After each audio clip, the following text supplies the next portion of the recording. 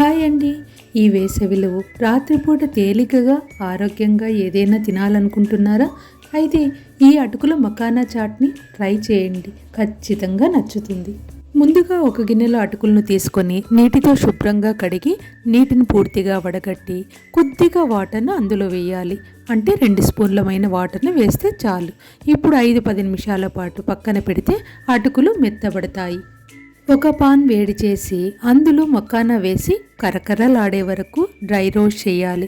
అవి వేగాక చేత్తో నలిపితే పొడి అయ్యేలా ఉండాలి.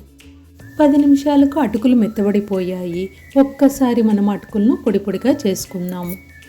ఇప్పుడు ఈ అటుకులలో 3 గరిటెల పెరుగు, తగినంత ఉప్పు, తురిమి పెట్టుకున్న క్యారెట్, కీరా ముక్కలు, పచ్చిమిర్చి, కొత్తిమీర, వేయించి పొడి చేసుకున్న జీలకర్ర పొడిని వేసి కలుపుకోవాలి.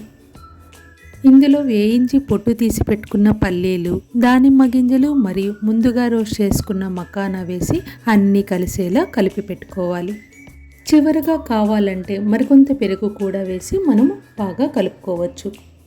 చాట్ రెడీ అయిపోయింది కదండి. మరి మనము సర్వ్ చేసుకుందాము. పైన పల్లీలతో, క్యారెట్ తురుముతో మనం గార్నిష్ చేసి సర్వ్ చేసుకోవాలి, అంతే.